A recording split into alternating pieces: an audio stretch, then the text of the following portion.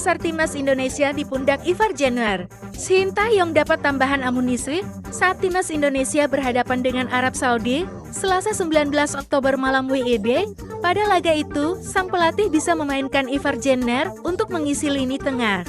Indonesia bersua Arab Saudi pada matchday ke-6 grup C kualifikasi Piala Dunia tahun 2026 zona Asia. Bagi Indonesia, laga ini perlu untuk dimenangkan agar tetap memiliki peluang lolos ke Piala Dunia tahun 2026. Berkaca pada duel lawan Jepang lalu, ada lubang besar di lini tengah. Kom Hae dan Nathan Chuaon acap kali berdiri sejajar dan itu membuat tercipta ruang antara bek tengah dan gelandang. Lubang itu mampu dieksploitasi Jepang dengan maksimal. Daichi Kamada dan Takumi Minamino mampu mengkreasi peluang dengan memanfaatkan ruang kosong tersebut. Ivar Jenner punya karakter berbeda jika dibanding Nathan Chuaon. Ivar Jenner punya kemampuan bertahan lebih baik. Dia juga bisa menjaga kedalaman dan punya pemahaman ruang lebih baik dalam situasi tanpa bola. Ivar Jenner punya daya jelajah yang cukup bagus.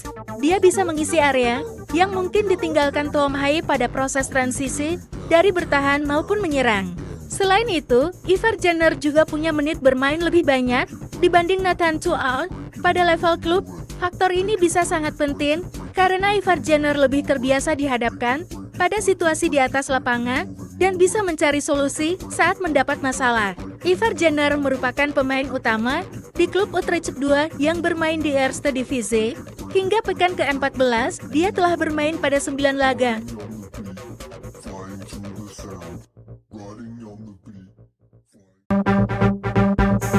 Kevin Dix absen di sesi latihan timnas Indonesia vs Saudi.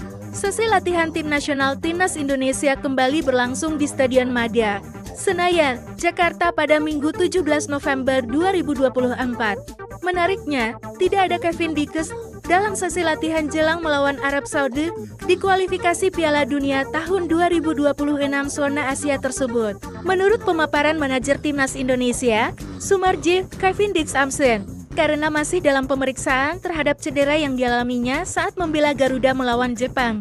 Sumarji pun mengakui kondisi Kevin Dix tidak baik-baik saja, namun ia berharap cedera sang pemain tidak parah usai diperiksa. Kondisi tim secara keseluruhan cukup baik walau kita lihat perkembangan Kevin Dix dari sisi cederanya belum bisa dikatakan baik, masih ada perbaikan. Ungkap Sumarji kepada awak media, Minggu 17 November 2024. Sumarji mengatakan, perkembangan pemulihan cedera Kevin Dix akan dipantau hingga besok. PSSI menunggu keputusan dari tim dokter. Akan kita lihat dari tim dokter hari ini, sampai besok, perkembangannya seperti apa, sambungnya. Diberitakan sebelumnya, Kevin Dix mengalami cedera dalam laga debut untuk timnas Indonesia. Dia harus ditarik keluar lebih awal dalam pertandingan melawan Jepang, Jumat 15 November 2024 lalu. Dalam tayangan ulang, Kevin terlihat mendapatkan perawatan pada lutut kirinya. Disinyalir, pemain berusia 28 tahun itu mengalami cedera pada lutut kirinya itu.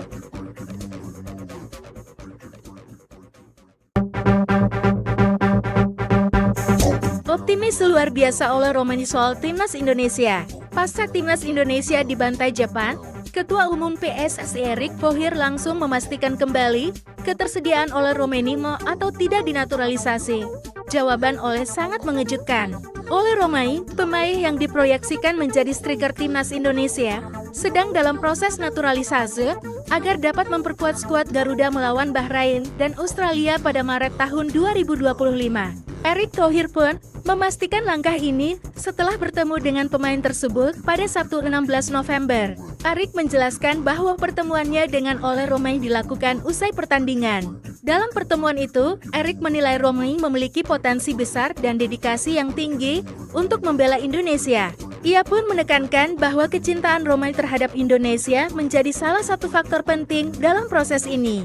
Meskipun peluang Indonesia untuk lolos ke Piala Dunia semakin kecil setelah kekalahan dari Jepang dengan skor 4-0, Romani tetap menunjukkan komitmen kuat.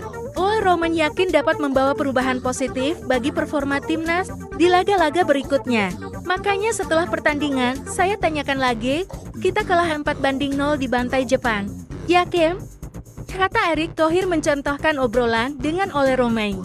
Dia bilang, yakin, saya akan bisa bikin perubahan buat tim Indonesia. Lanjut Erick Thohir. Saat ini, timnas Indonesia memang menghadapi kendala di sektor striker. Selama ini, pemain naturalisasi yang bergabung ke skuad Garuda lebih sering mengisi posisi B, gelandang, atau winger. Kehadiran Romei diharapkan dapat menjadi solusi untuk meningkatkan daya serang tim, sekaligus memperbesar peluang meraih poin dalam kualifikasi. Proses naturalisasi Romei diharapkan selesai tepat waktu, sehingga ia bisa menjadi bagian penting dari komposisi tim yang lebih solid dan kompetitif.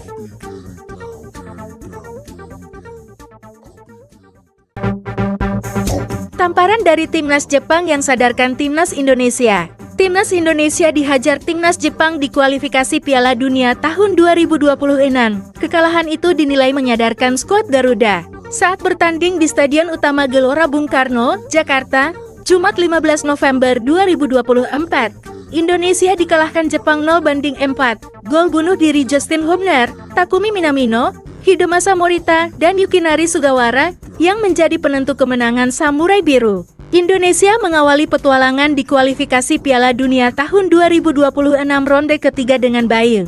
Saat melawan Arab Saudi, Australia, dan Bahrain, tim Merah Putih menuai hasil imbang. Kepercayaan diri Indonesia untuk bisa melaju di kualifikasi Piala Dunia tahun 2026 pun menebal. Melawan China, Indonesia optimistis meraih poin. Tapi, tim asuhan Shin Tae-yong malah takluk dengan skor 1-2.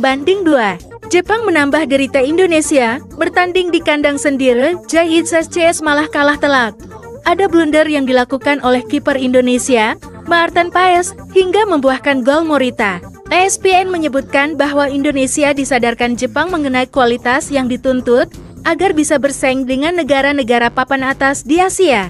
Meski peringkat dunia FIFA mereka saat ini ada di posisi ke-130, mereka pada dasarnya ada di antara tim papan atas sebagai salah satu dari 18 tim yang berkompetisi di babak ketiga kualifikasi Piala Dunia 2026 zona Asia, kata ESPN dalam tulisannya. Dan sejauh ini, musim mereka berjalan positif dengan bulan lalu kalah dari China yang menjadi kekalahan pertama mereka setelah hasil imbang impresif melawan Arab Saudi, Australia, dan Bahrain. Meski demikian, pada hari Jumat, menghadapi tim yang dibilang jauh lebih unggul dari seluruh tim di kompetisi saat ini, Indonesia diberi kenyataan pahit soal perbedaan kualitas yang ada di antara mereka dan dengan yang terbaik.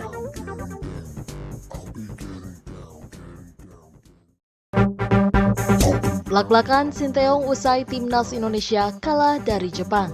Sinteyong mengungkapkan dirinya mulai merasakan tekanan setelah timnas Indonesia kalah dari Jepang di putaran ketiga kualifikasi Piala Dunia 2026 zona Asia. Timnas Indonesia kalah telak dari Jepang dengan skor 0-4 di Stadion Utama Gelora Bung Karno, Senayan, Jakarta, Jumat 15 November 2024.